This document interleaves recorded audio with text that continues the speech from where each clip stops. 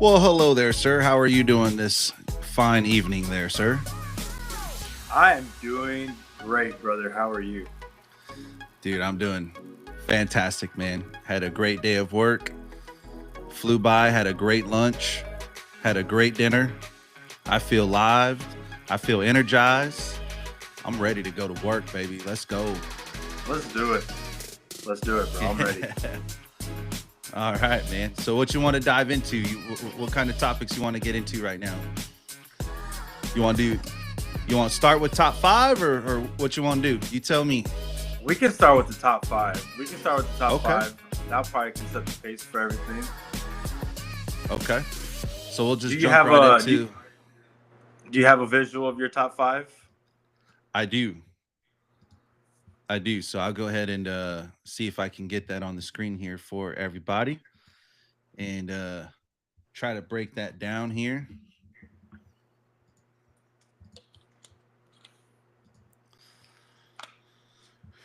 Let's see here, man. Can you go ahead and see that? I see it. Sweet. So, Nice. so as you can see from my top five, right? So the surprise team I think out of all this is going to be the Patriots, in my opinion. The Patriots at number five. I got the Seahawks at number four. I got the Lions at three. I got the Colts at two, and I got the Bucks at one. Right. And to provide a little Right. bit of context, right? So because obviously we know what kind of damage the Bucks have been doing, right? hmm They've been on a rant, they've been on a tear, and you got to think that Baker's been able to do this without Mike Evans, without Chris Godwin.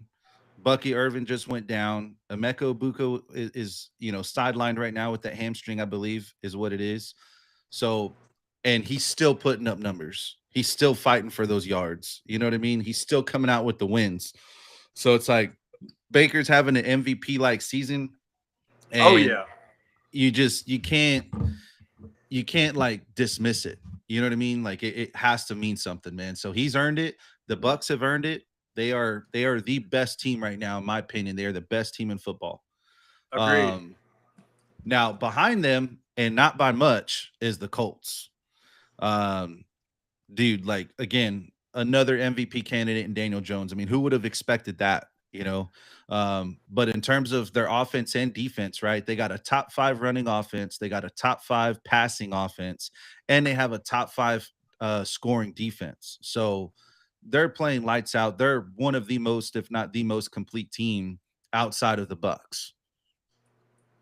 And so, but I got to give the upper edge to the Bucks because I just feel like they've kind of played stiffer competition so Strength far of through the schedule. season. Absolutely. Yeah, yeah. So I feel like that's where it goes there.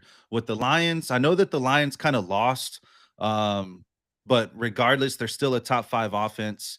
Uh, it's crazy to think that there was zero accepted penalties with them against the Chiefs, right? So the Chiefs had no penalties accepted towards them. It's like the first time that things happened in shit, I don't know, 70 years probably. Who knows? But it'd been a very, very long time since a team had zero penalties accepted on them. And you can easily go back and you can look at a ton of tape on that game. And there's holding calls that were missed. There was pass interference calls. I mean, you name it. There's all sorts of different ways that you can go around it. My opinion, although be it a little hot take, is ain't no way the NFL was going to let the Chiefs go 2-4 and be in the same conversation as the Raiders. You think so? Dude, I mean, I'm just Bro, saying, man. You hate to say it, but I'm saying it at the same time.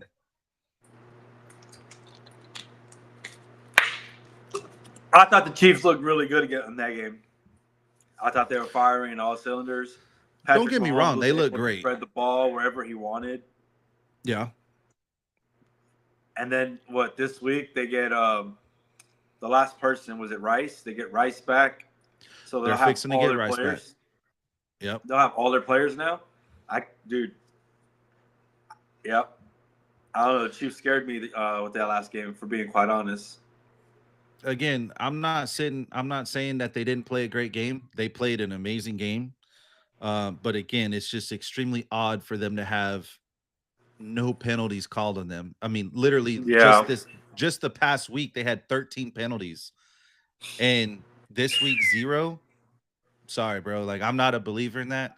And again, you can go back and review the tape. I mean, hell, you could probably even Google them right now or TikTok it or whatever. There's plenty of people out there that are reviewing tape and they're like, look, miss holding call right here, false start there. There's this call, here's that call, never got called, nothing. There was a block in the back.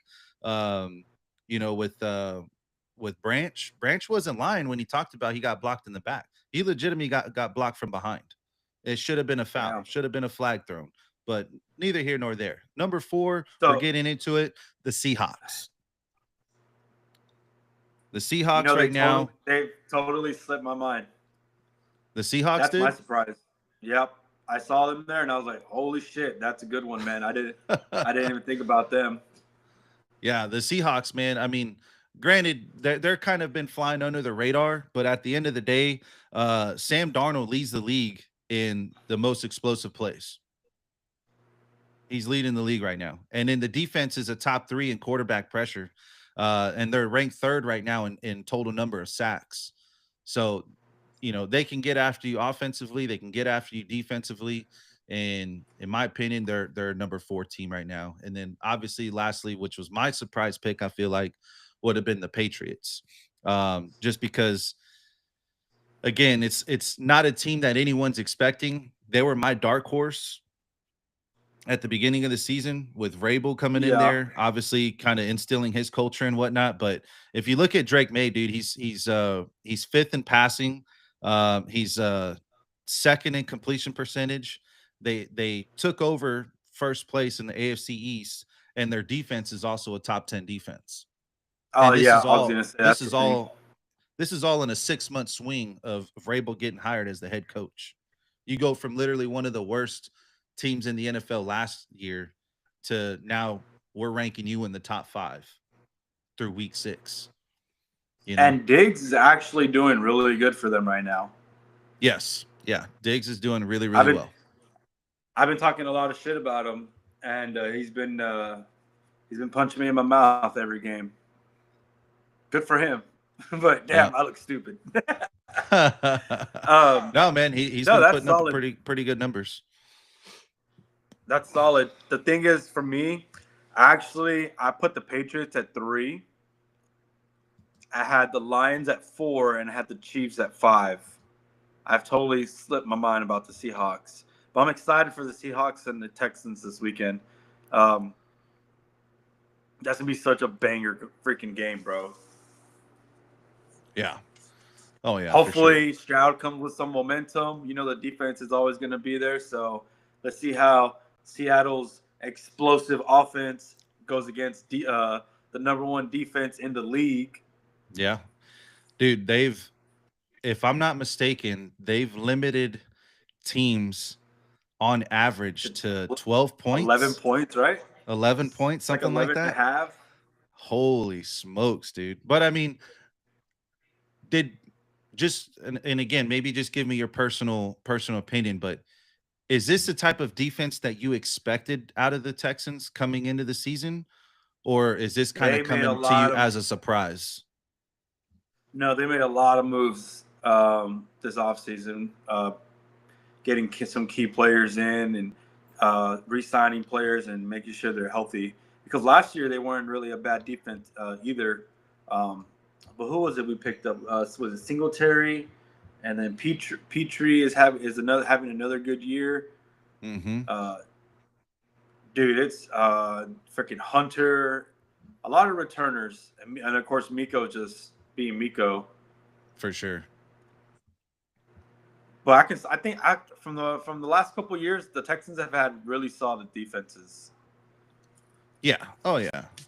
No, defensively they've always been pretty sound. I think especially over the past 5 years, they've been pretty sound defensively. It's just a matter of, obviously they were looking for their quarterback, and then with CJ Stroud coming along a couple of years ago, obviously had that crazy rookie campaign, and he seemed to somewhat fall off a little bit. He lost a little bit of his swag.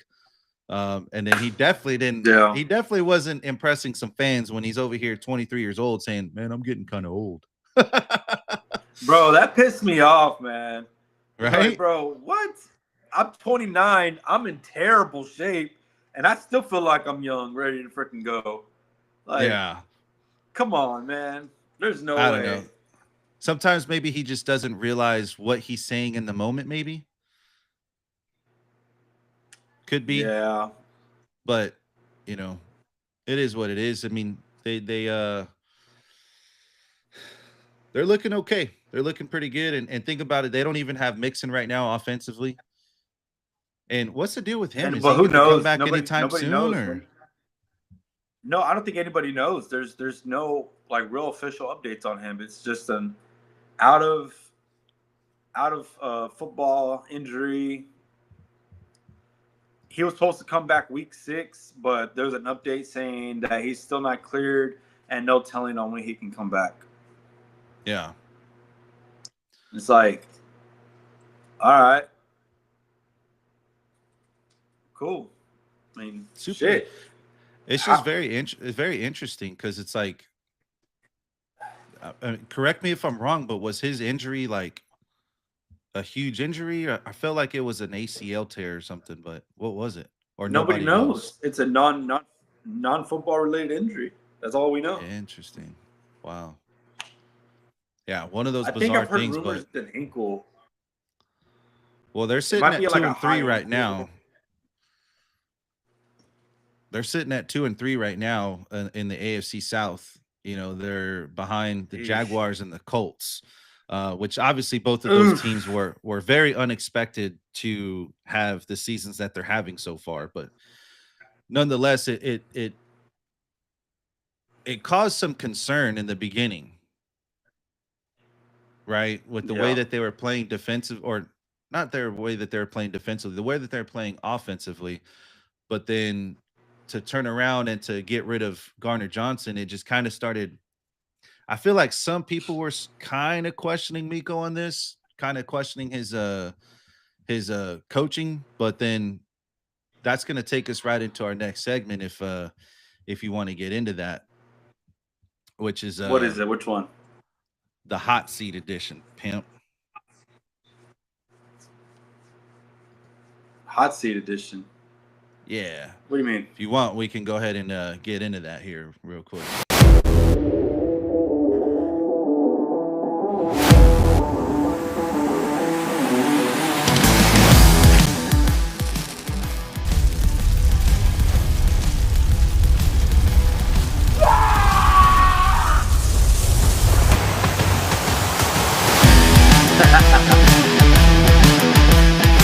Hot seat, man. The hot Let's seat do it. coaches Who you edition, thinking bro. of Well, so I hope you're not thinking which of Miko. no. So, the question right now is, so who's gonna fall next, right? Because you just had Brian Callahan from the Titans. He just got fired mid-season, right? I think he finished his career off like 9-14 with the Titans, just god awful. Right now, he's got the Titans sitting at what 1-5, and the team is just not looking that good. And so for me, obviously, it pains me to say this, but I have to go Mike McDaniels, man.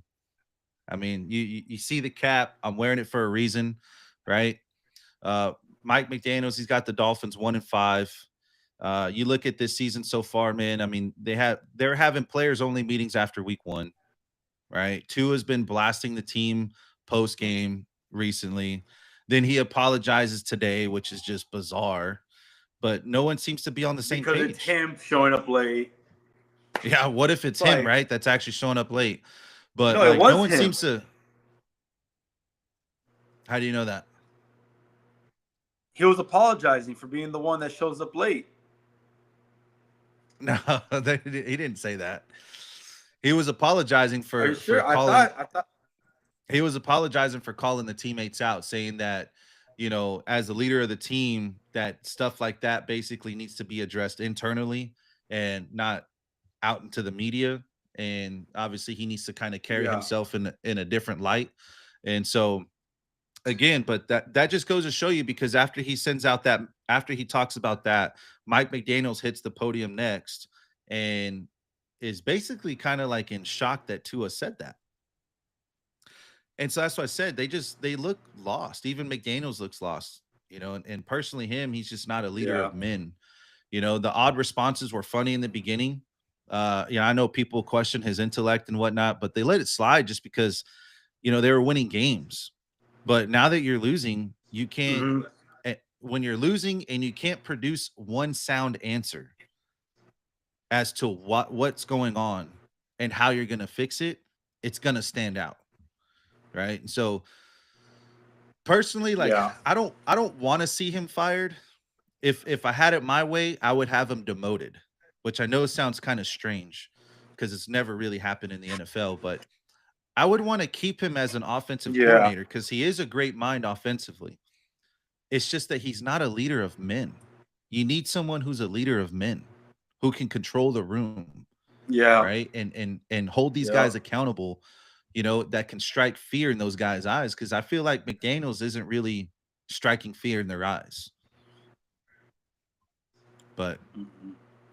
what about Nope. you, man? What you think? I would have to agree with you. So I would have to agree with you on that. I was gonna say McDaniel's, 1,000%, for all the reasons you said. I mean, you hit it right on the nail. Um, Dysfunctional. It's a dysfunctional team, dysfunctional locker room, and it comes from the coach. It comes from the top down. Right. Um, but I will say another coach maybe we should look at is Stefanski for the Browns. You know, may not seem like it, but I think there's a lot of pressure on him right now with just how much media Shador gets, and you know, like y'all said like a couple weeks ago, when do you really see a third string quarterback getting interviewed like every week? Like you really don't. Now that Yeah. he's second string, and Gabriel fucking trashed that last game. I mean, we're gonna Well, see. Maybe he tries to hold off. Maybe he starts them, but like we don't know well, what's the right move to do. And what's up? no, no, I was just gonna piggyback off of what you mentioned about the whole media with Shador and stuff like that. Like, look at how he was afraid, or I don't know, maybe afraid's probably not the right word, but he wasn't wanting to name Shador QB2 right away. It took him a few days when everyone in the freaking room, everyone in the Yeah, world was already had it in their minds, like, all right, you know what? Everyone just moves up QB2. But the fact that Bailey Zappi somehow got involved in that conversation from the practice squad as potentially being the QB2 instead of Shador, like, I'm sorry, man. And then you're gonna give some bogus answer as to, well, we care about players' development. Really? So did you care about player development with Baker Mayfield when he got rid of him? I don't think so. yeah, right. But anyway, continue, man. I'm sorry. I Exactly. wanted to piggyback Or off of you even on that just because. even Dylan Great Gabriel. I mean, what is it? It's second year, third year in the league. No, this is rookie year. He just What got year is he? drafted. Oh, he did. He just got drafted as well. Yeah, they drafted Dylan Gabriel Wow, first. I believe they got him in the third round, and then they got Shador in the fifth round. that is interesting. Oh my goodness. Wow. Wow. Your second and third string are both rookie quarterbacks. Hmm. Well, now Hmm. it's your first string Yeah. and second So, string are both rookie quarterbacks. oh my goodness. Yeah. So I see Stefanski in a pickle. Yeah. I would say who I want to say also as well, but maybe not him so much is Zach Taylor for the Bengals. Ha, bro, that's I think so he, funny that you bring I him think, up. I think he might start feeling some heat. Dude, that's so funny, right? So I have it listed here. I have other potential candidates: Jonathan Gannon from the Cardinals, Aaron Glenn from the Jets, Kevin Stefanski from the Browns, and then I put unpopular opinion, Zach Taylor. Well, the reason why I say maybe not so much him, maybe more of a GM thing, is just because they can't get an offense of line to protect Burrows. Everyone knows that's really all it is. I mean, trade, draft up, like do whatever you got to do, but get this guy a stud. He needs a stud left tackle. Like he needs a fucking veteran center. You know, Yeah. I think those are the two most important players on an offensive line. You need your center to run that shit, and then of course your blindside tackle. Yeah. So Well, and I whoever that got falls on, whether it's the GM or Taylor, yeah, well, that's what I'm going for. so just to provide you with some context here with Zach Taylor, right? Because I know Zach Taylor might be in some people's eyes. Again, the unpopular opinion is Zach Taylor, but here's some facts, right? Well, here's a This is personal what his opinion. sixth Is season. I feel no. This is like his fifth season. I mean, he was there. I want to say he was there a year before Burrow got drafted, but this is just a personal opinion of mine before Six, I go into five, no, facts. Is that I feel like he's rode the coattails of Burrow since he's been in the league.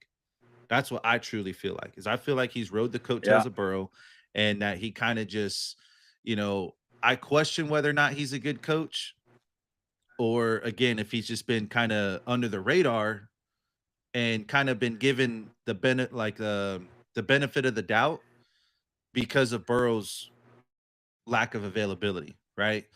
But just to kind of go through some facts, right? So, fact, they've had a terrible defense for the last couple of years. That's a fact. yeah. They're ranked in the bottom third of the league in the last 5 years. They're the top 5 worst third down defense in the last 5 years. And I just made the question right now, or I just made the statement right now about, do we give him the benefit of the doubt because of Burrow's lack of availability, right? But then we got to look at, if we do that, we got to how do you compare Kyle Shanahan with the 49ers without having, with not having Brock Purdy, right? And he's able to just shift in Mac That's Jones. true. Every time Burrows goes down, they're terrible team. Oh yeah, they're way worse without Burrow than they are with him, And I mean, your whole season is Yeah, quite literally it's obvious dependent. he's MVP.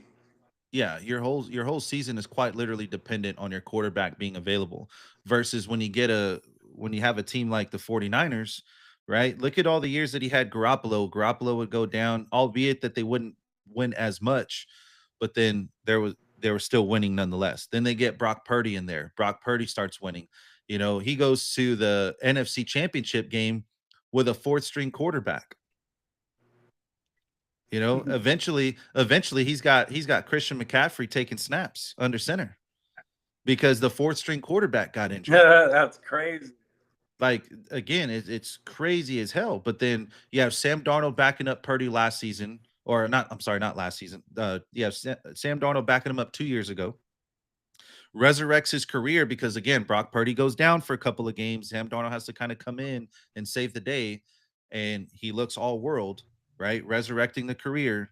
And then now you have Brock Purdy again going down, and Mac Jones is coming to the rescue, right? And by all accounts, you had Sam Darnold and Mac Jones kind of both written off already. No one's really kind of expecting them to do a whole lot of Yeah, things. So again, I question Zach Taylor's ability to coach a team, bro.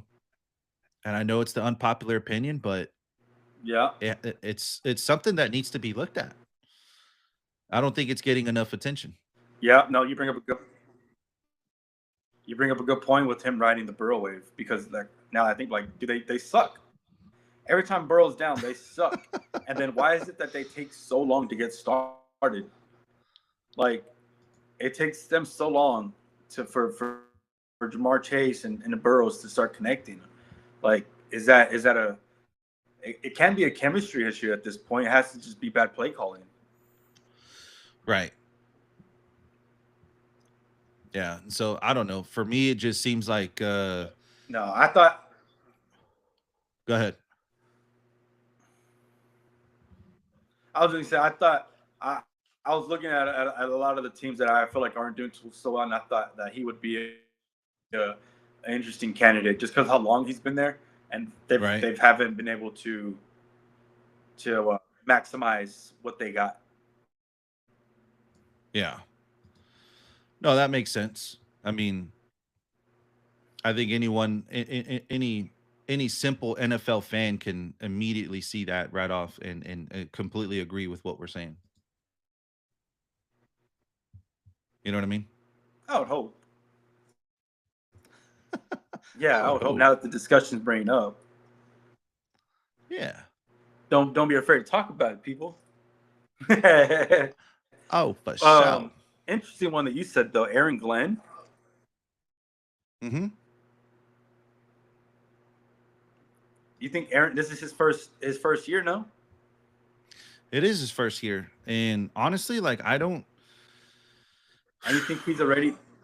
I know it's tough to say this because of how great he looked in Detroit and how much hope he probably gave the Jets fans after week 1 when they put up an awesome performance against the Pittsburgh Steelers. But since then, it just seems like the team's kind of been very, very lackluster. I mean, they look lost. I mean, think about it, dude. You went for negative 10 yards in your last game, and then the halftime, right before the half, you don't even hike the ball. You're basically at the 50-yard line. All you got to do is maybe get a first down and a half to put yourself in field goal position, at least to score 3 points. And you don't even hike the ball. There's over 30 seconds left on the clock. And you got Garrett Wilson on the sidelines. He's pissed. He's irate. He tells post game that, he's like, as soon as I heard what the fucking plan was, I was pissed. I wanted to get the hell out of there. Like I was mad, because it's like, dude, you have some dogs on that team that want to go out and play. They want to score some touchdowns, and your game plan is to just wait the clock out. And brother, you were 0-5. Yeah. Time is not on your side right now. Both for the season and for the game. Time is not on your side, brother. So that's why, I mean, if Aaron Glenn, if he you said goes he the was with whole the Lions? season, he was the defensive coordinator for the Lions last year. And the year before that, did he play for he was what, Jaguars head coach, right? At one point? No, I want to say he was Where there was he? in Detroit for a couple years. But he's never been a head coach. He's a rookie head coach.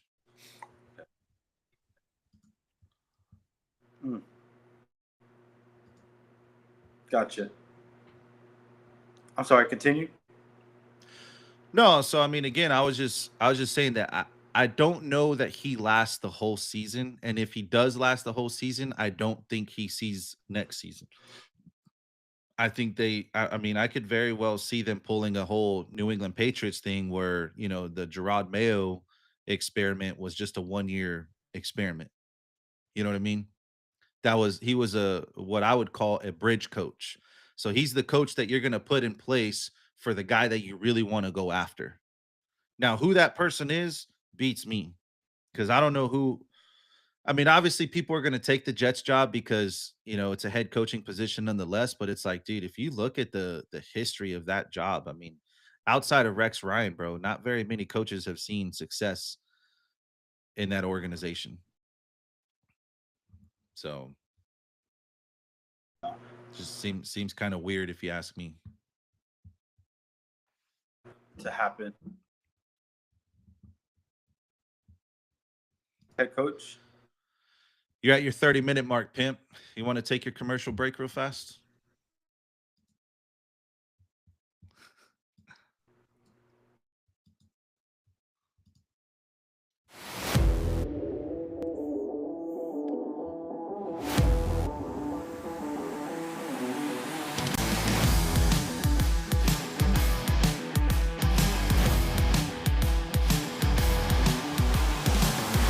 Have you stopped it?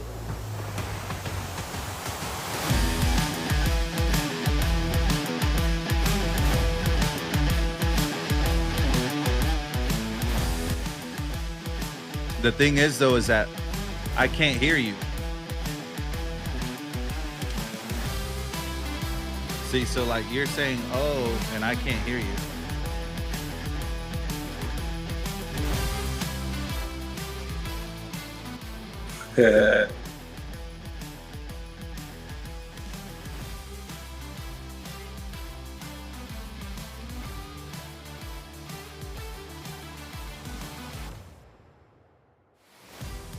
Your connection kicked back on or what? Oh yeah, see, I didn't hear a single thing that you said right there.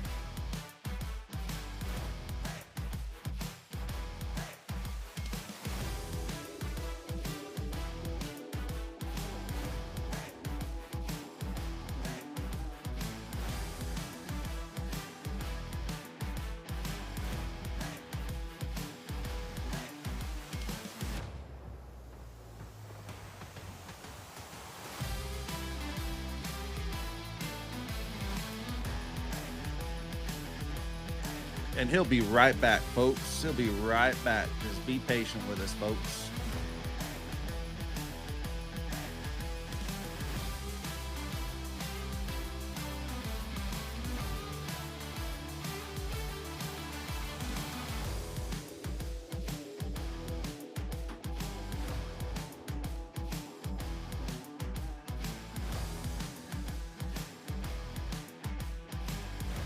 Hey, there he is.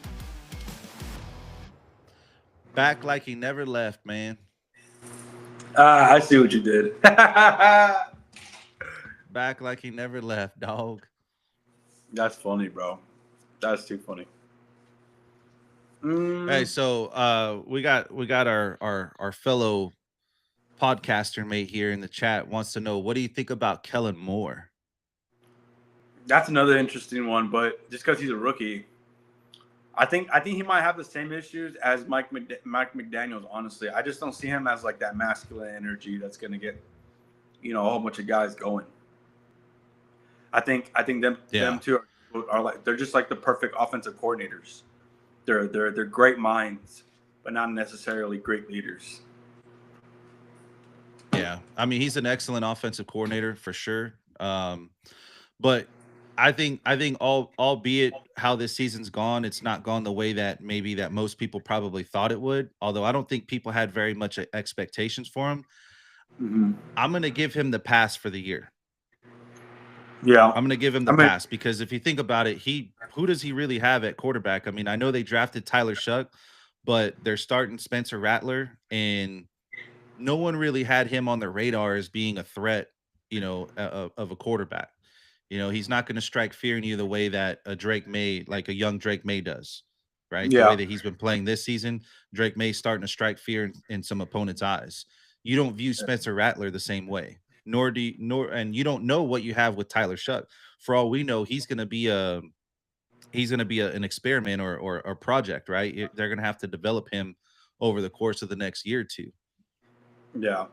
And what is it? I mean, who's their best receiver? Is it Olave? Chris Olave?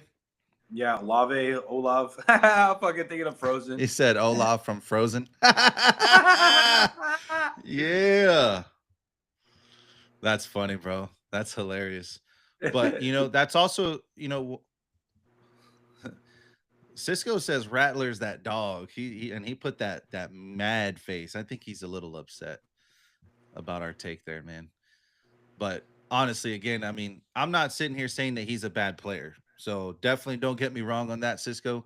We're not sitting here saying that he's a bad player. I just don't think that he strikes that fear in opponents the way, again, like a Drake May does. Drake May's a young quarterback. He's on his second year. And no one viewed him as a threat last season, but now starting this season under Mike Vrabel, he's looked a hell of a lot different than what he has or than what he did last year. And so now he's starting to strike fear in those opposing teams. I don't get that feeling with Spencer Rattler. Could we at least agree to that? I'm not sitting here saying he's a bad player. He's just inconsistent and not clutch. Oh my God. We beat that up. We beat that up, man. No, he trashed. He trashed. He's changing his mind now. He said, no, never mind. He said Spencer Rattler is trash. Oh shoot. Okay. Hey man, whatever you say, man. But hey, if you were here though, what head coach would you say is on the hot seat? Who do you think deserves to be canned Is it Sirianni or Sirianni? How do you say his name? Nick Sirianni. Nick Sirianni. You think he's ready to on the hot seat? Uh-oh.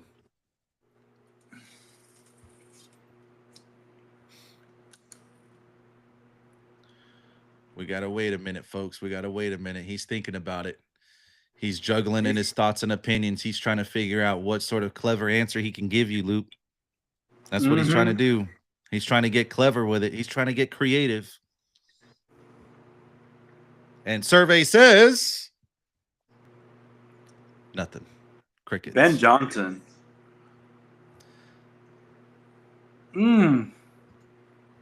That would be another great fire and pickup for the Texans.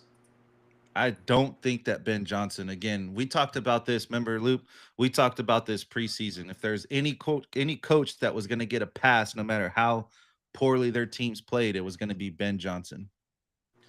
Just because there was so many questions about Caleb Williams and his play, right? We talked about it preseason where he was extremely indecisive in the pocket. He was always looking to escape. Even you mentioned that too, if you recall. Yep. No. Yep. Go ahead.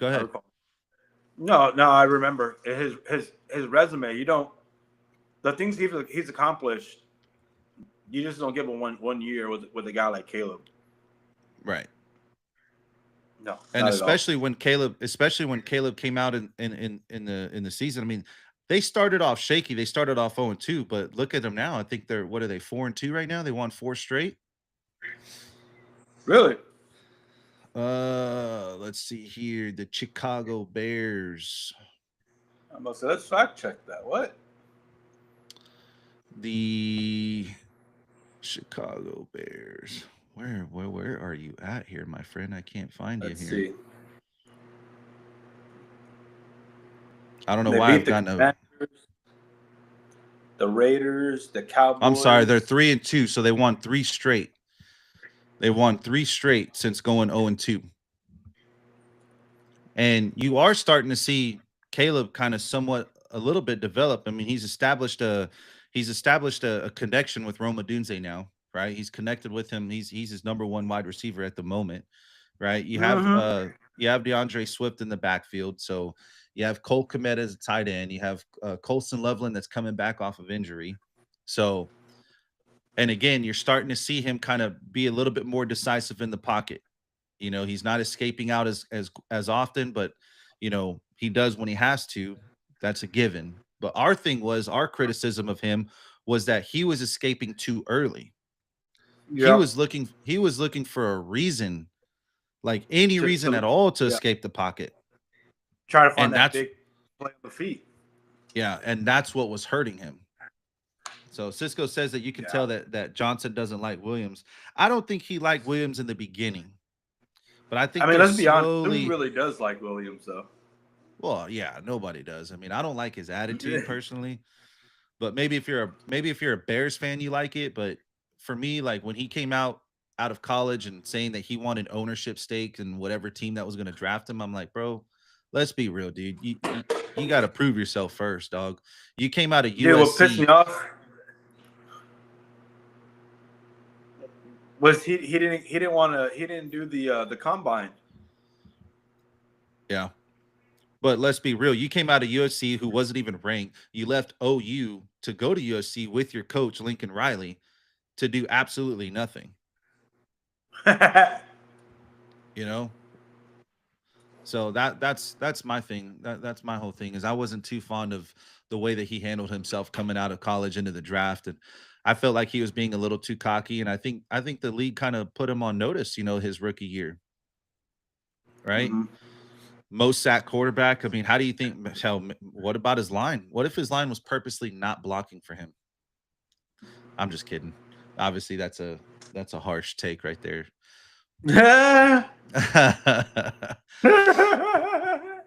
But hey, let's go ahead and jump ship here, right? Let's go ahead and go back over. Transition. What's next? Let's go back over to the AFC, right? So the next topic of conversation, right? So who's the team to beat right now in the AFC? So your divisional leaders right now is going to be Pittsburgh at 4-1. You have Indiana sitting at 5-1. You have the Chargers at 4-2, and you have New England with the AFC East at 4-2. I think the team to beat is the Colts. That's the team that I think everyone wants to see beaten right now is the Colts. But who runs the AFC right now? I'm telling you, man. If the Chiefs can play like how they did last week or this last Sunday, that was vintage Chiefs. That is a scary offense to play against. On top of that, the defense holding the Lions to 13 points, something like that. That was such a vintage performance against such a great team. I really hope we don't see that anymore in the AFC. Hope it was just a one-off game. Maybe the Lions just couldn't play. They got camera shy. Maybe the big lights was too much for them. I'm hoping. But yeah, I would say the team to beat is the Colts, but I think the team in the AFC is the Chiefs. See, and I think that, unfortunately, I think that all roads are still going to lead to Kansas City. But, however, if I had to, if I had to throw out a hot take, I'd have to go back with the Patriots.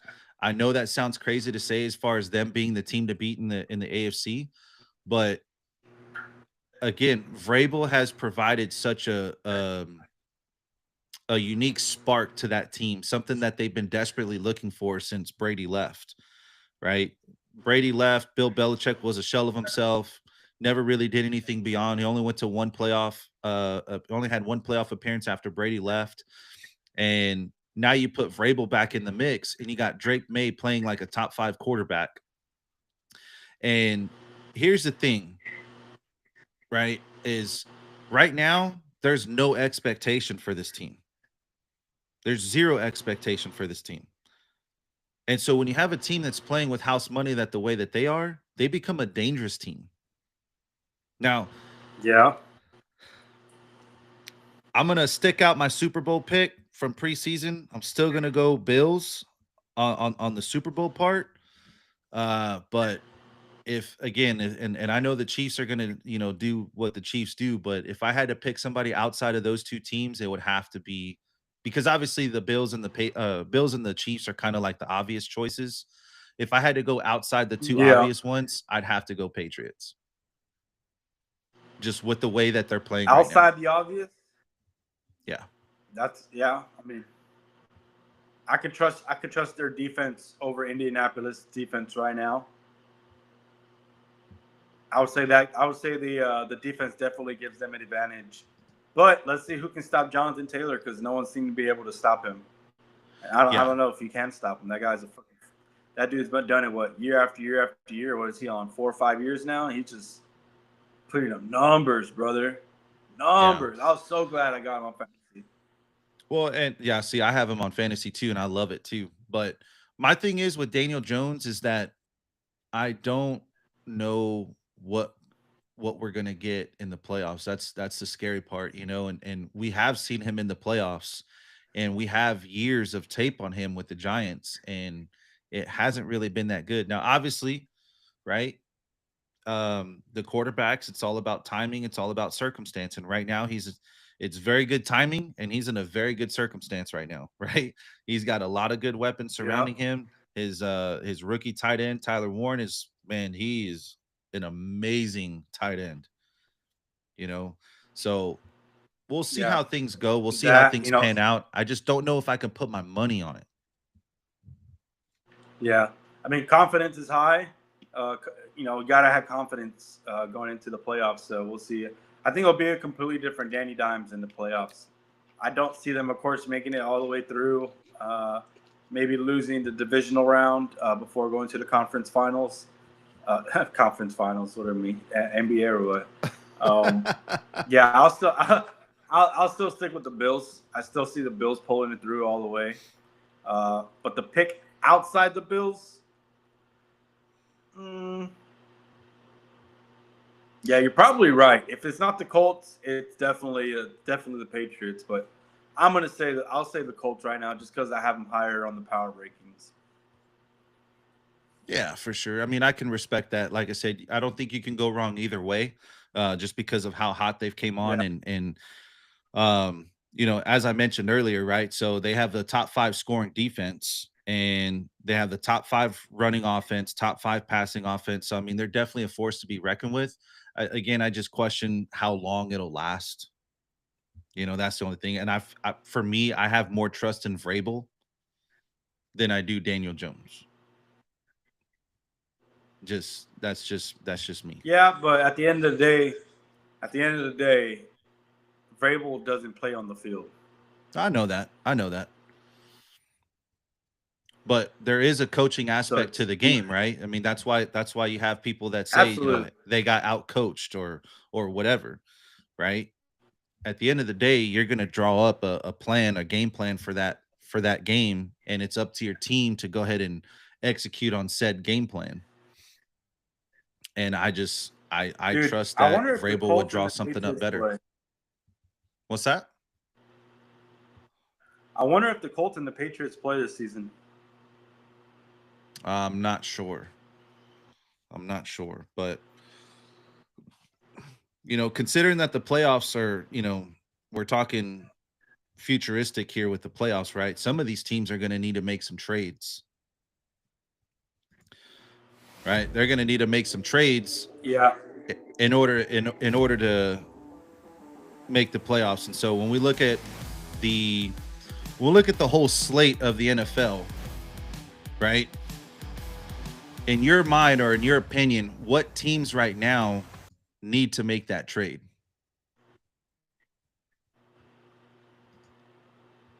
So we're talking about trades.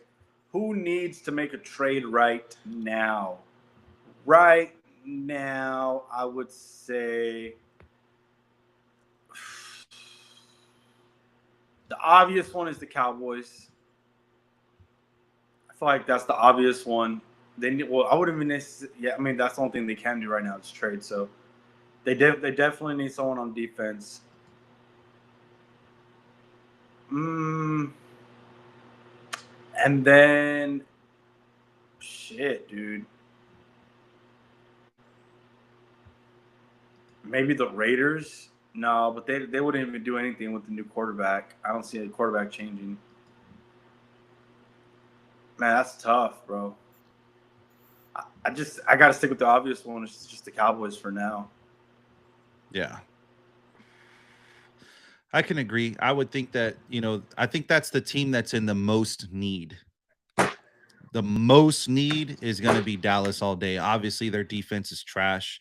They suck. They need a pass rusher because their secondary is getting exposed. People are just running all over them. Not only are they running the ball, but they're passing the ball at all-time rates. I mean, you can go all the way back to what was it, week 2 with Russell Wilson, 450 yards passing, to Rico Dowdle this past weekend, 250 all-purpose yards against his former team. Literally tells them pregame that they better buckle up, and then goes and runs all over them, and then says in the post-game press conference, "Well, I guess they didn't buckle up."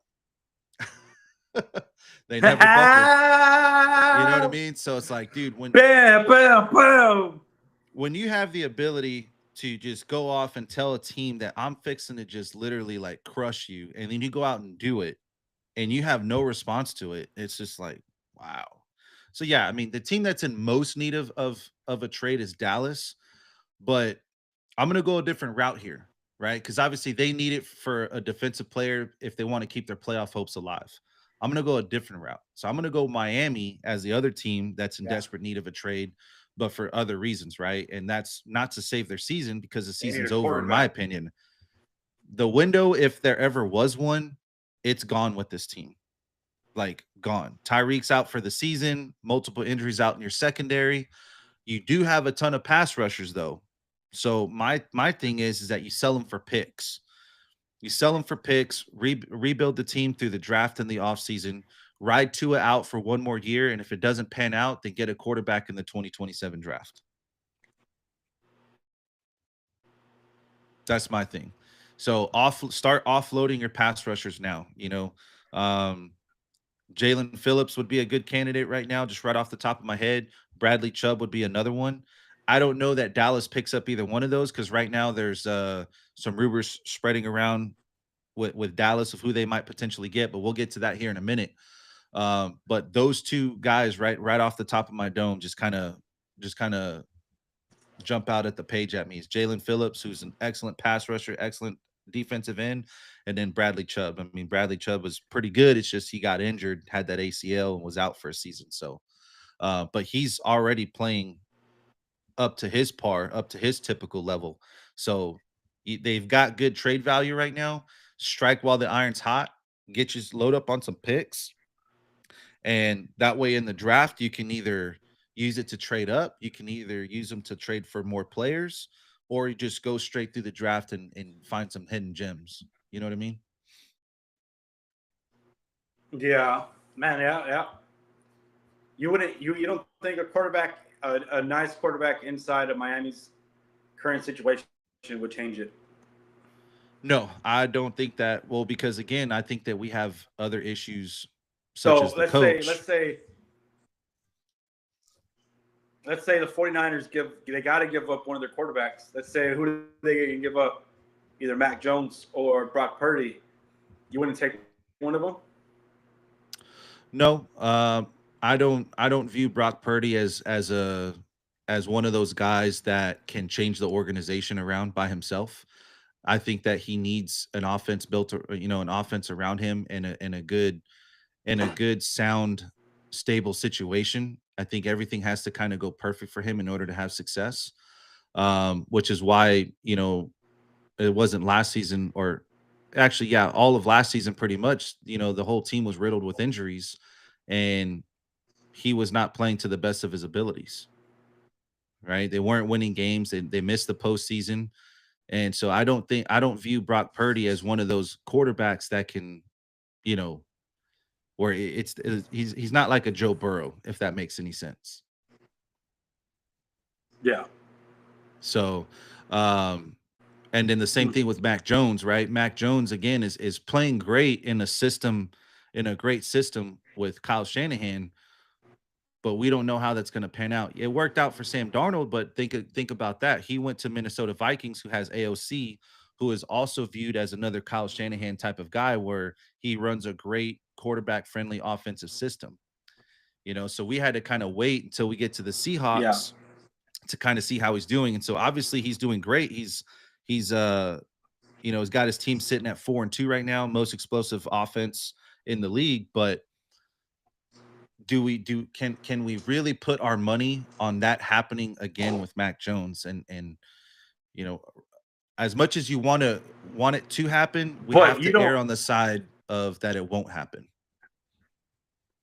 you don't see Mike McDaniels having success with another quarterback though. Maybe Tua's the problem. Maybe Well, not as a because head Tua coach. can't make the big plays down the field. Not as a head coach. I think that Mike McDaniels would be one of the best, if not the best, offensive coordinator in the league right now. If he was to Mm. get fired as a head coach and hired as an offensive coordinator, no matter who's in his system, I think he's gonna do great, and I think he's gonna shine bright. But the problem is that when you're the head coach, you're not just running the offense, you're running the whole thing.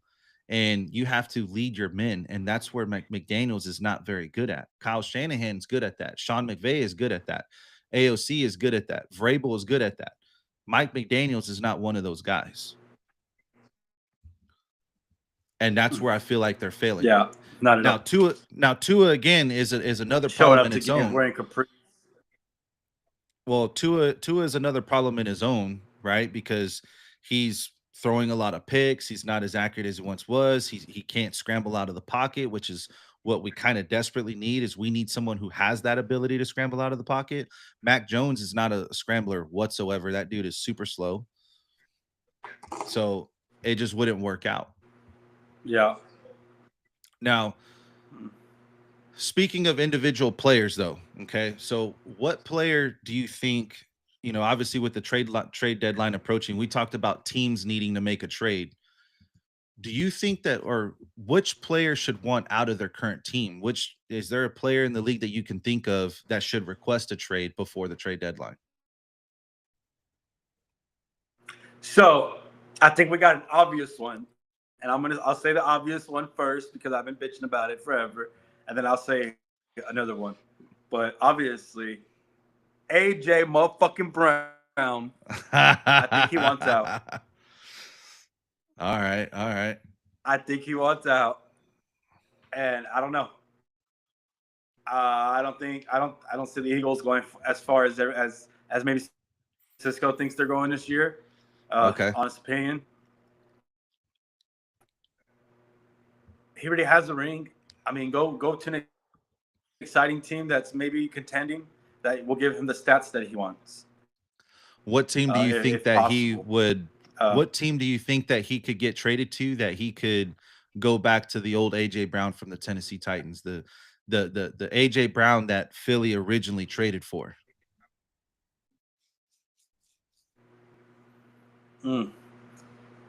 Honestly, if Buffalo could afford him, Buffalo, of course, would be a crazy fit for him. Crazy. Oh, yeah. Crazy I think him fit. And Josh Allen would just go off, dude. That would be insane. Yeah. Patriots. I think the Patriots. Him on the Patriots would be badass. I was gonna say the Patriots. Like I said, like that's the one I've been leaning for. Link back up with Mike Vrabel this whole time, just because. Linking back up with Mike Vrabel, I see that just completely happening. It would make the Patriots offense just that much better. And I used to say that Stephon Diggs wasn't a number one receiver, but maybe he is. But it wouldn't hurt to put Brown in the mix with him and have that dual threat. I mean, look at the Eagles now. They got Smith and Brown, so why wouldn't a team be able to have Diggs and Brown? I think that'd be pretty badass. But I'll go to another player who I think should get out. And I think this is because this one's very interesting to me. I think Maxx Crosby should leave the Raiders. And I think he needs to go to the Cowboys. So I have Maxx Crosby. That's who my pick is. They are absolutely 100% wasting his talent. It's been awful, man. Dude, they're not going to his whole career they've cycled through quarterbacks, and right now you got Geno that can't stop throwing to fucking opposing teams. I mean, it's god awful. I mean, they have a couple of weapons, right? You have Brock Bowers at tight end, you have Ashton Jeanty that you just drafted as your running back. But Geno's just playing like a shell of himself. And obviously they didn't so far. They didn't see this Geno coming in from Seattle. They weren't expecting this guy, right? They were expecting the Geno from Seattle, but that's not who they got. And so I just, Max deserves better, but he's always denied allegations of him like wanting out. Like he always says that he wants to retire as a Raider. I know that he did mention he was on a podcast over the summer, I think, and I want to say somebody finally got him to say that if there was a team that he wouldn't mind going to, I believe it was Detroit that he mentioned as a team that he wouldn't mind going to go play for, because I think he has ties to the city or to the state or whatever. And so there was that. But yeah, I know there was some speculation online. Obviously, it was just rumors about the Dallas Cowboys trading for Maxx Crosby. But in my opinion, what they should have did was they should have drafted Shedeur Sanders. That's what they should have did. Instead of going out to get Geno, they should have drafted Shedeur Sanders. Who? The Raiders.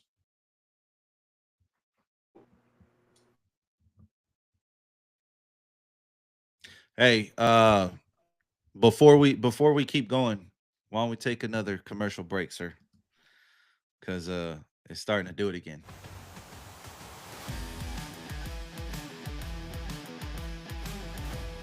Let's go, ladies and gentlemen. Cisco, if you're in the chat, why don't you drop what player should want out of their current team? And do you agree with Maxx Crosby or AJ Brown, my man? Let's hear what you have to say, sir. Hey, there you are. There he is.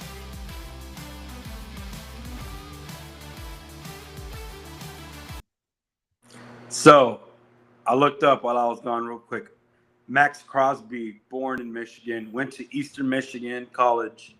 Yep, So that's what it was. Is he's from there. He went to school there. So I think that's why he would want. But back to what I was saying was is that my personal take and my personal opinion was that in the draft, I wholeheartedly thought that the Raiders were going to draft Shador Sanders. There was some cryptic tweets that were going around, in the college season last year, that like every time the Raiders lost, Shador would post something, or every time they won, he would post something, and it would be like there would be like certain colors or certain words that were being used that signified, the Raiders. And yeah, so a lot of people kind of had it in their mind, obviously too, because he's got ties with Tom Brady. Um, he's got ties with Tom Brady. Tom Brady used to give him private lessons while he was at Colorado. And so again, I think that they should have did that just so that way they can at least make an attempt to see what you have. At least you're showing an effort to try to get somebody there. But maybe they thought that their window was now and they needed a veteran presence like Gino. But again, I just don't think that I don't think that they thought, or I didn't, there's no way that they would have known that this was the version of Gino that they were going to get. Does that make sense? I don't think anyone expected this version of Gino because I do remember Gino balling out last year. Yeah. But that just goes to show, like, you know, some it just depends on the system. It really some quarterbacks it really just depends on the system. Well, and Liam Cohen had said in a post-game press conference, I believe this past weekend, that with quarterbacks, it's about timing and what did he say? It's about timing and basically like your environment, your situation, and maybe it was bad timing with him. Maybe it was Yeah, maybe it's not the right situation for him. Maybe this isn't the right. I mean, it can't be the wrong situation now to think about it, because he has Pete Carroll there. So, and he knows Pete Carroll's system. I mean, Pete Carroll's the one who literally resurrected Geno Smith. So it's not that he's not comfortable around the situation that he's in with Pete Carroll. I think it's just more of just bad timing. possibly, possibly. And then also too, you look at who's their wide receiver one, Jacoby Myers, That's what I've and been you trying to think of in my head the whole time.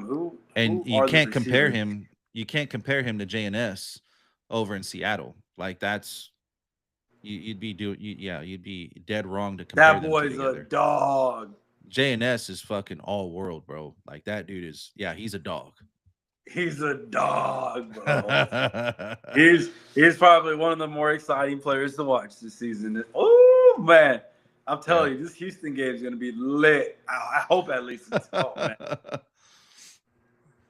I'm Hey, well, excited. so we're gonna kind of backtrack here, right?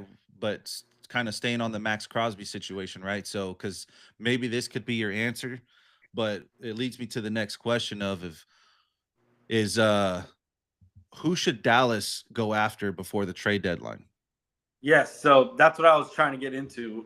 Um, Max Crosby, bro. That's what they need. It'd be perfect. It'd be perfect. Get him. Go after him. So, so here's my only take with Max on that, right? Is you have to look at the contract setup. So Max Crosby, if I'm not mistaken, he just got paid right after the season ended, and he reset the market himself before somebody else reset the market afterwards. Before now, Was it you T.J. got Micah. Watt? Yeah, TJ Watt reset the market after Max Crosby, and then now you have Micah Parsons that reset the market again. They didn't want to pay Micah Parsons at $40 million a year. I don't see the Cowboys doing that with Max Crosby either. Now, that remains to be seen. Now, what I am seeing is that there's a ton of rumors swirling around right now, and it's even made the Bleacher Report. It's even all over ESPN. Is that they're targeting Trey Hendrickson of the Bengals, but again, right now it's just rumors. So my whole thing Dang. with this whole trade situation is, are they going to trade player for player, or are they going to use picks from the Micah trade to get that deal done? because you have to consider Pickens, right? I know it sounds crazy to think that they would trade away Pickens, but it's because of how good he's playing, which makes it more of a reason why you trade him. Because his trade value is extremely high right now. He's doing all Yeah. this damage offensively without another wide receiver opposite of the field of him. So if he can attract that much attention and still have that much success, Pickens is in a contract year, so he's going to demand his money. And Pickens' agent is the same agent as Micah Parsons. They're gonna franchise tag him. They can't. He's an unrestricted free agent. He can go wherever he wants to go at the end of the season. Really? Yes. So that's why I said I don't think Dallas is going to sign him. So if you're not going to sign him, might as well trade while his trade stock is like super high, right? And again, so you start thinking about teams that do need a wide receiver one. Buffalo, The Raiders, right?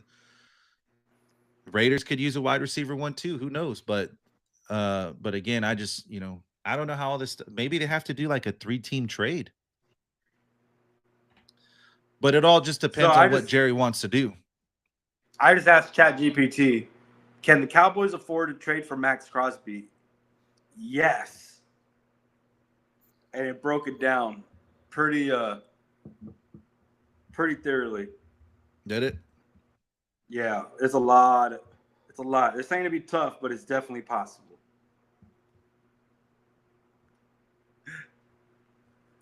Yeah. Well, I don't see them getting Max Crosby. I don't know that even. Also, too, does Max Crosby's contract, does it have a no trade clause in it?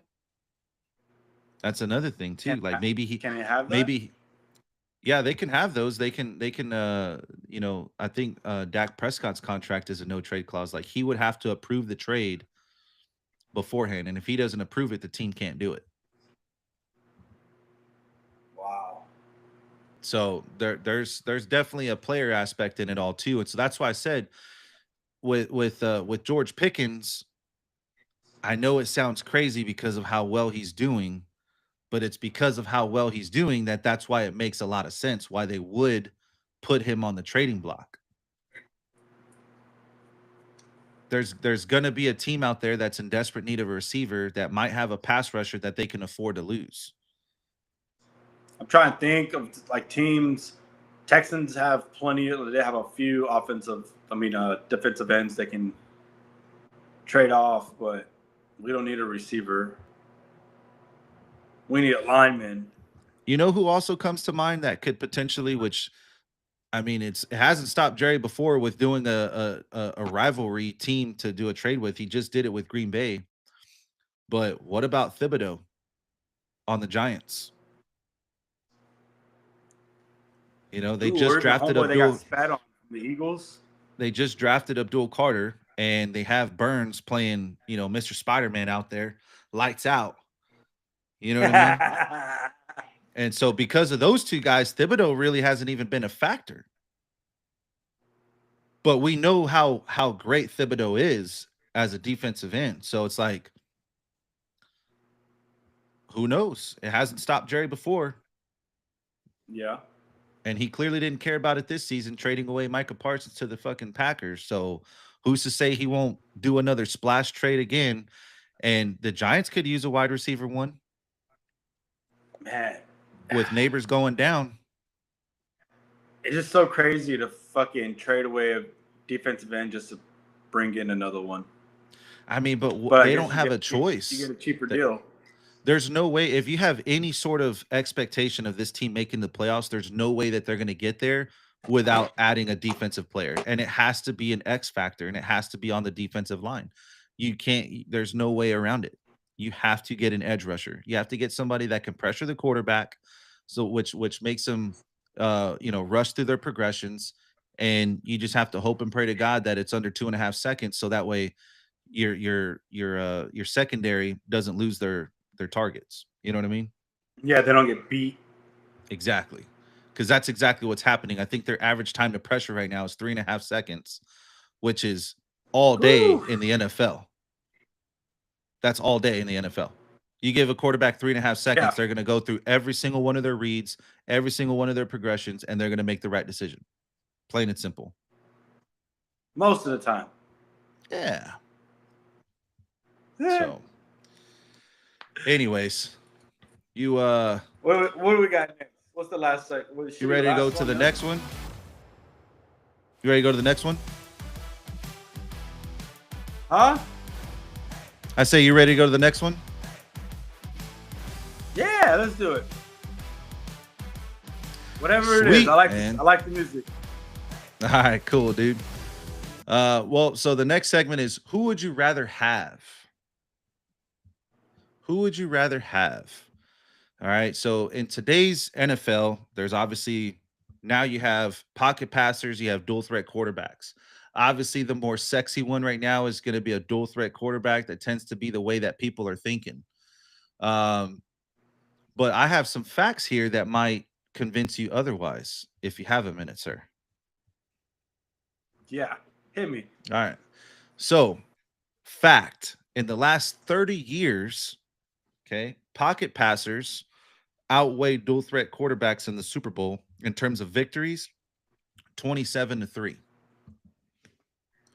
So the three quarterbacks being Patrick Mahomes, Jalen Randall Hurts, Cunningham. and Russell Wilson. Oh Now, wow. now even still with Patrick Mahomes, right? He's not really a dual threat. Albeit he can be a dual threat. He's still considered more of a pocket passer. He's considered kind of like a hybrid guy, right? He's a pocket passer that has the ability to be a dual threat To escape. rather than just being an overall dual threat quarterback, right? So if you really want to kind of boil it down, it's kind of 28-2. So with that being said, right, who would you rather have? Would you rather have a dual threat quarterback on your team or would you rather have a pocket passer? Knowing those facts now. So yeah, even before the facts, pocket passer all day long. Pocket passer all day long. For that specific reason, I was sitting thinking the entire time, like, how many dual threat quarterbacks have actually won a Super Bowl? And Russell Wilson was the only one I could think of recent years, honestly, because I forgot of Jalen Hurts. And like I said, like you said, Patrick Mahomes to me is just he's a pocket passer with great escapability. But to me, a dual threat quarterback is going to be a quarterback where they actually have, plays called for you to run the ball now. Yes. To me, that's a dual threat quarterback in the NFL. To me now is when they start having specific plays for you to get the ball. I would agree that to being that. said, I will put all my money. I'll put all my money on Peyton Manning. I'm gonna put all my money on Tom Brady. I'm gonna put all my money on all those great pocket passers. That's what I don't understand about why a lot of these NFL coaches have draft dual threat quarterbacks, because the chances are not everyone's going to be a Lamar Jackson or a Cam Newton. They're not all going to be Russell Wilsons. But even at that, you got to look at what Russell Wilson had just to even make the Super Bowl. He had the number one defense in probably that decade. Yeah. Like, let's be real. Like, and you bring up a good argument because you bring up a good argument too, because again, if you want to consider Patrick Mahomes a dual threat quarterback at that, look at what he had to have. He had to have a lights out defense. If you want to look at Jalen Hurts is for sure a dual threat quarterback. He had to have a lights out defense. Right. And so outside of those three guys, you're not scaring nobody. Again, you brought up Cam Newton. Cam Newton was a surefire dual threat quarterback. And look at how that panned out for him against the Broncos with Peyton Manning. No, Payne dismantled their defense. But the thing is, they were supposed to have it. I believe that that Super Bowl was the true number one and true number two teams playing. Like, I think statistically, if you look at it, it's probably not going to be perfect, but I truly believe it's like the number one defense versus the number two defense. And I think it's the number one offense versus like the number three offense or something like that. Yeah.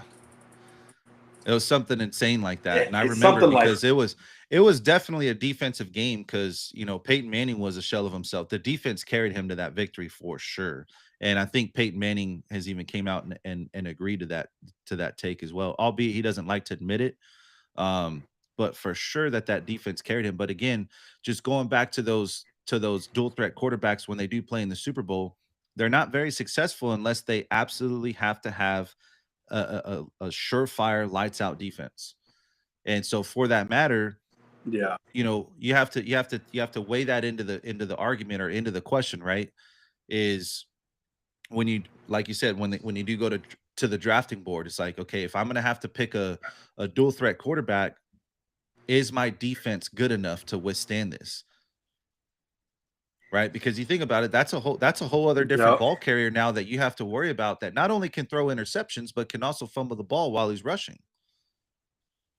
Yep. More turnovers. You're looking So at more turnovers, so that's going to faster put your defense back downs. on the field. Yep, it's going to put your defense back on the field and you're going to have to figure out a way to get off the field, right? So is my defense good enough? And the reality is that it's so shaky at times, especially because of injuries and of course of other things as well, that it's wiser, in my opinion, long-term wise, to have a pocket passer rather than a dual threat quarterback. Dual threats are sexy, don't get me wrong. The dual Yep. threat quarterbacks are the sexy picks. But in terms of winning a Yeah. Super It's Bowl, still unless watching you have Lamar. a lights out defense, you got to look at some pocket passers, man. Absolutely. So can I ask you, but who is your favorite dual threat quarterback? Who's my favorite? Yeah. I mean, I guess the obvious pick would have to be Lamar Jackson, the obvious pick. But outside of him, I don't know, man. Jaden Daniels, man, to me, just I, Already. dude. Well, you said who's my favorite. I'm assuming that you're talking about in the league right now. No, all time. Oh, I mean, brother, I mean, I'm a '90s kid, man. So it's like my teenage years watching football, bro. I grew up watching Vic, baby. Vic, bro. He was the one Yeah, who yeah. changed the game, dude. He changed the game. And because he's Yeah. left-handed, I'm left-handed too. So I kind of had something to relate to. You know what I mean? He You're like, that could be me. Yeah, well, I mean, him and Steve Young, man, it's very rare that you get a left-handed QB that is really good. And in Vic's case, right, not only was he left-handed, so it's weird to see him playing on the field throwing left-handed, but then the dude can run. Dude can break loose for 70 yards downfield and you're not catching him. And throw it just as far. Just as far, yeah. That dude could probably literally throw a ball in the air and go catch it himself. That's how fast he was. I would love to see it. Yeah, so all time for sure, I'd have to go I Michael would love Vick, to see but currently in the league outside of Lamar Jackson, because he'd be the most obvious pick, I'd have to go Jaden Daniels. I think Jaden Daniels is a really good quarterback, and I think he has the potential to be a really great quarterback. But it's obviously just remained to be seen because he's only in his second year. He got hurt already, so it's like that's a toughie. it. Yeah, you go RG3 route. Hey, RG3 was pretty good too, man. Hey, that's another Texas boy right there, bro. He's from Killeen. Yep. Baylor University. Yes, sir. Straight up, straight Texas boy, man. Shit. Texas QBs are on the map right now, dude. Yeah? How Oh so? yeah. Who Jalen Hurts. who's making noise? Jalen Hurts, Baker Mayfield. You got Kyler Murray. Um, uh, Matthew I'm Stafford. Matthew Stafford. Yep. Thank you for adding that for me. I mean, bro, Patrick we got Mahomes. we got some dogs, dude. Patrick Mahomes. Yep, he's another Texas boy. So it's like, dude, we got some dogs up in Texas, man. It's definitely a football state for sure. Bitch, I'm from Texas. Oh. Oh! Ladies and gentlemen, that would conclude the show. I flexed. Yeah. We had our second official tush push. I flexed too hard. Flex too hard on them, baby. I didn't fix that. I didn't figure out how to stop that. Get a mute button, a cough button like this. Hey, I'll just go back and edit. I'll remove the background noise for you. I'll remove the background noise. We're all live. That's funny. Well, the chat but went quiet, personally, man. I guess dual threat Cisco didn't quarterbacks- have much to say about this whole dual threat pocket passer thing, man. But you know who he would say. You know he's going Jalen butt hurts all day long. No, what it is that he's probably playing Fortnite. That fool's got his PS5 hooked up to that damn hotel Wi-Fi, and he's got his phone sitting right next to him. You already know, bro. Even his wife called him out. She's like, "Nah, he's playing Fortnite, playing Fortnite." I mean, I know the loading lobbies take forever, so he being there a lot, he has a chance to reply. Yeah. Hey, pocket passer for sure. There he is. Look at him. Yeah. Well, cool, man. Well, I think we beat these topics up pretty good. You got any last words that you want to tell the audience?